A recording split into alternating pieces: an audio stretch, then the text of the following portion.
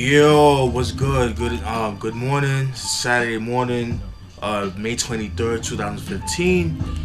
Here's an installment of introduction, and the artist that I'll be talking about is Freddie Foxxx, aka Bumpy Knuckles. It's been requested by my dude, Fatty Mix, a subscriber of mine. So this one's for you. All right. Um, some people should know who Freddie Foxxx is or Bumpy Knuckles, but for those who don't know, he's an MC from Long Island, um, specifically Westbury, which is like Suffolk County. For my peoples in New York, you guys should know about Westbury and stuff like that. And you got to start back in in the early '80s. And he was discovered by Eric B of Eric B and Rakim.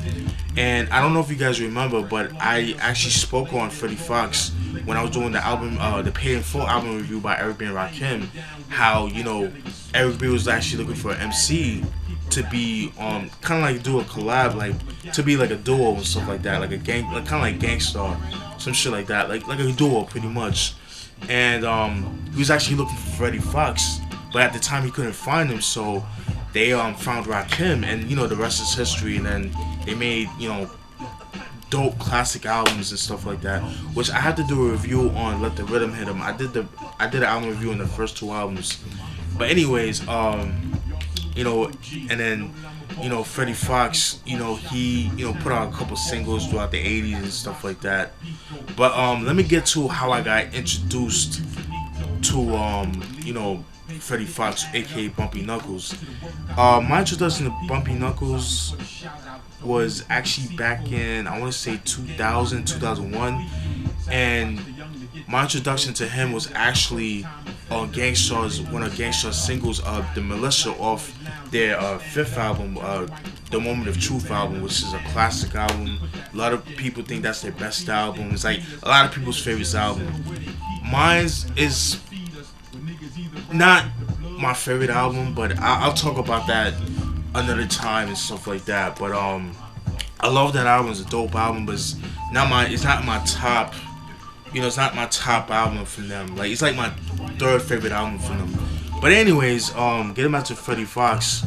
Like I said, my introduction to Freddie Foxxx was actually back in, I want to say like 2000, 2001, when I copped the Moment of Truth album back in the early 2000s, and he was on the single The Militia, and that was my introduction. And then I also heard him on what's that song? I'm in Love. That song In Love, that was actually featured on MOP's third album, First Family for Life, excuse me. Classic album. That's a dope album right there, which I would have to do a video on them.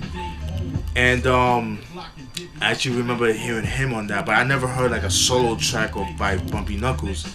And then it wasn't until maybe like 2003 when I heard two songs from him, and those songs were actually Part of My Life, which was a single, and Tell 'Em I'm Here, which was produced by Alchemist, which was actually featured on the Industry Shakedown album that came out in 2000, which I need to get my hands on. I thought I had a copy of it, which I'll get into in a little bit, and I was just loving that shit. Just reminded me of like MOP, like that. It just reminded me of the energy that they bring to the table and stuff like that. And that's why I really made me love Freddie Foxxx. It made me want to get into his stuff. And so excuse me. So after I heard about that joint, you know what I mean, I think later on that year I ended up buying the Connection album that came out in 2003. And let me just backtrack to like his first album, and I'll go on to get on the way to his latest album and stuff like that.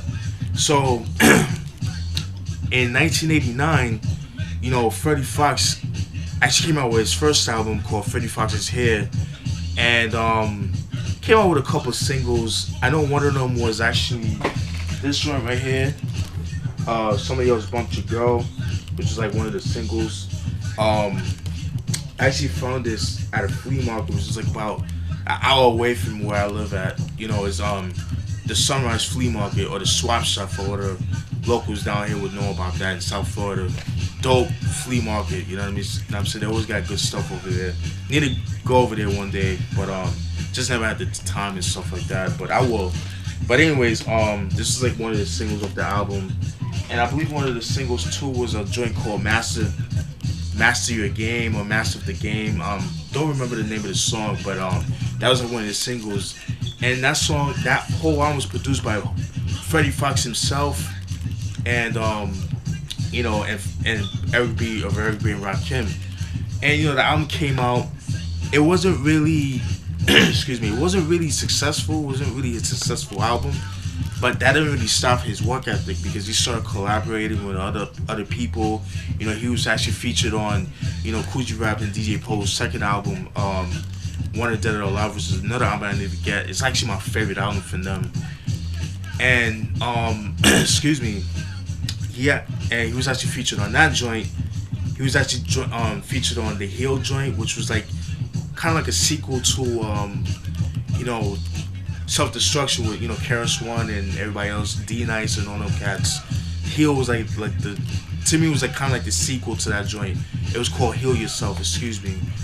And then, you know, and he was actually featured also on the song Rough Rough, and I believe the song The Original Way, that was actually featured on, you know, BDP's last album that they put out together. Or let's be real, Karis One's solo album, Sex and Violence, that came out in '92, which was actually my favorite. That album and Edutainment are my favorite albums from Boogie Down Productions, but that's a whole different topic. It was actually featured on two songs, was the song Rough Rough and The Original Way, because I believe The Original Way was actually the first song of the album. And around that time, he actually inked a deal with you know, with Flavor Unit. You know, he was with Epic Records and stuff like that. Flavor Unit was like the conglomerate group, the super group that was ran by Queen Latifah and stuff like that. So he got with them, you know. I think he was actually featured on that album too, the Rolling with the Flavor album that came out in '93. And he was actually on a song called Hot Potato, excuse me, on Lloyd by Nature's second album, 1993, which is underrated album in my opinion. And throughout the year, you know, he was recording for his second album, Crazy Like a Fox, which you hear in the background.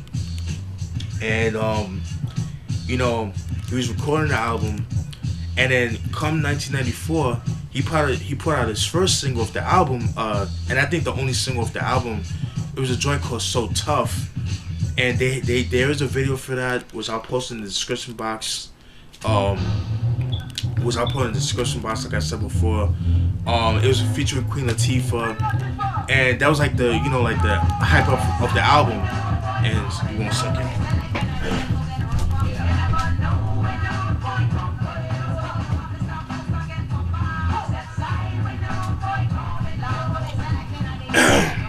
And ironically, that's the song you're hearing, the So Tough. But I think that's the remix. I don't think that's the original version. Because there's the video version is a lot different than this version. But anyways, that album was like kind of hyping up for the next album, Crazy Like a Fox. But unfortunately, that album never came out, you know, because which I'll get into later on. But it was shelved, you know, things of that nature. And you know, it like there was promo copies that came out, you know, promo copies of the album that was out and stuff like that.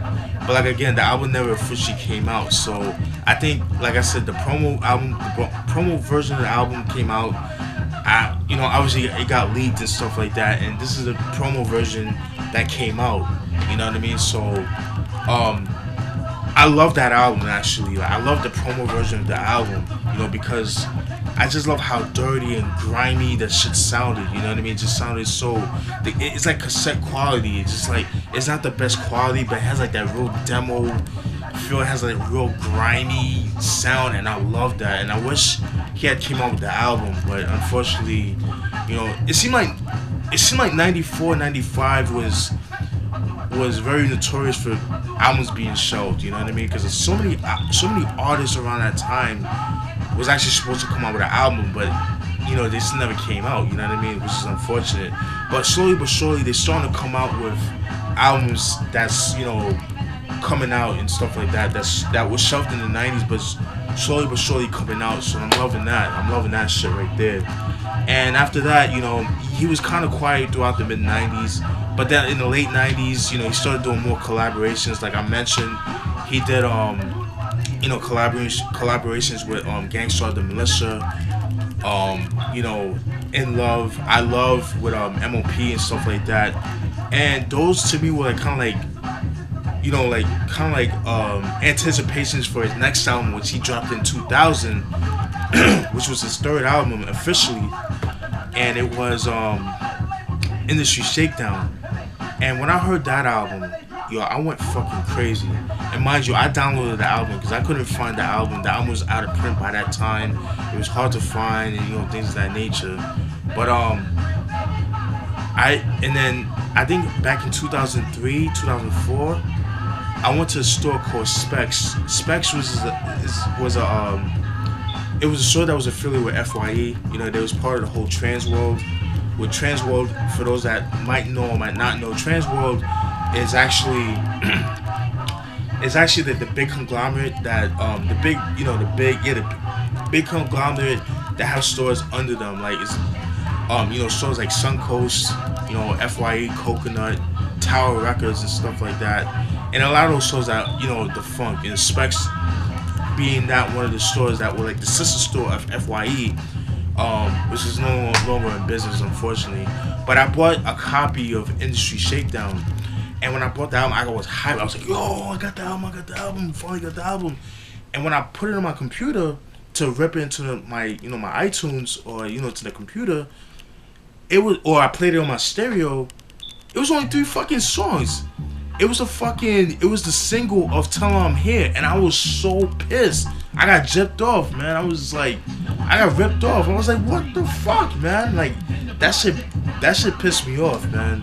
But I probably after this, I'm gonna go online on eBay and buy myself a copy of Industry Shakedown just for the fuck of it, you know, because I need that album in my collection. And so the album right there, it actually won an award of like the independent album of the year, because by that time, because like I said, he was with major labels like Epic Records, and when he came out with Freddie Foxxx Here, he was with MCA Records, which were both major record labels and stuff like that. And then like in 2000, you know, he put out, you know, independently, you know, Industry Shakedown, which was actually under Landspeed Records, if I'm not mistaken. So, you know, a lot of people, it had got a lot of critical acclaim, and you guys should know about him. He's always about going against the industry and things like that. And then fast forward to 2003, he actually put out the Connection album, and that album I wasn't too crazy about, and that was mostly because of the production. You know what I mean? I just wasn't too crazy about that joint right there. And you know, just like it had a couple of joints called Pain. I had a song called Pain, and which was dope. It's another dope, you know, premiere joint. It sounded like something that would have been on which would have been on, you know, the Industry Shakedown album and stuff like that. And you know, throughout the 2000s, he was still appearing on people's albums and stuff like that. And then he put out a couple of street albums, a couple of mixtapes and things of that nature. And excuse me. And then fast forward to 2008, he actually re-released Crazy Like a Fox. And to this fucking day, I'm kicking myself in the ass for not buying it when it came out. And I'll get to that right now. Like I said, he re-released Crazy Like a Fox, but it was a double disc album. You had the original version that came out in 1993, that was recorded in 93, it was supposed to come out in 94. And the second disc was the DITC version, where, you know, Lord Finesse, Buck Wild, Showbiz, and I think Diamond D, if I'm not mistaken, did production on the album. And you know, that version was actually supposed to be the original version, but Epic Records at the time kind of felt the beats were kind of too dark. It was very grimy. So the version that you hear now was supposed to be when I came out, but it never came out. It got shelved and stuff like that. And I remember seeing a copy at Specs, and for some reason I didn't buy it. I didn't buy it because I felt like I was, and I didn't have the money at the time, or I'm gonna buy it later on. It was like $14.99, $16.99 at the time, and I was like, you know what, I'm gonna buy it. You know, whatever. I'll come out next week. And that next week, Specs closed and went out of business, and I was so pissed, yo. And to this day, I'm kicking myself in the ass for that. And the album went out of print like not too long after, and it goes for crazy money. I seen it go for like at least $80 online and stuff like that. I'm trying to get my hands on that shit, but it's just super rare and it's hard to find. So, Bumpy Knuckles, if you do watch this, please re-release that joint, man. I want that album, man. So that album came out, and then in 2010 he came out with a joint called Music for the Man Volume 1 with Jesse West, legendary producer from the 80s. You guys might know him as Third Eye. Jesse West, you guys might know him or you might not know him. You know, he did some joints with, Bad Boy Records back in the early 90s and stuff like that. He was kind of affiliated with them at one point. And then, which I didn't hear yet, but I didn't hear it yet. I don't know how that joint is. But then in 2011, he came out with a collaboration album with KRS-One, which, Bumpy Knuckles did the majority of the production. I think KRS-One did some beats on it too. That one was okay. It could have been better. The beats were kind of, it was kind of alright. Like, my thing with these collaboration albums that a lot of MCs from the 90s and 80s are coming out, I wish they would have done that back in the 90s. I think it would have been a lot better. Because I think it's a little too late that they're coming out with the album. Because I hate to say it, but a lot of these MCs from the 90s, not saying Bumpy Knuckle is, but a lot of these MCs from back in the day are past their prime. Like, they're not as good. They just don't have it like they used to. You know what I'm saying? So these collaborations that they're doing now is just kind of a little too late in my opinion. So I just wish they did it back in the day, back in the 80s and 90s and stuff like that. But like I said, that royalty check with KRS-One was okay. Kind of feel like it could have been a little bit better. It had some decent joints, but just wasn't too crazy about that joint. But then that same year, he came out with a joint called Lyrical Workout. It was a collaboration with Status Selector. Status Selector doing all the beats. Dope fucking album, man. Like, the beats, Status Selector, he always deliver. Even though to me, he's kind of hit or miss for me. He's kind of, a lot of his beats sound the same to me. That's my only gripe with Status Selector. But when he delivers, he does his thing. He puts his foot in there. You know what I'm saying? So, yeah, that was a dope album right there.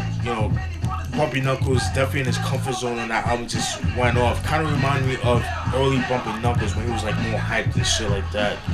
And then he came out with the collection album, a collaboration album, which I have in my collection called The Collection, which is a collaboration album with DJ Premier of Gangstar. And that was another dope concept album. That album right there, it's pretty much leftover tracks that that DJ Premier had in the stash, that songs that he made beats for certain artists like Busta Rhymes, Immortal Technique, Jay-Z, Kanye West, kind of rejected the beats. And so there were songs that DJ Premier had in the stash, and and as well as songs that Bumpy Knuckles had recorded with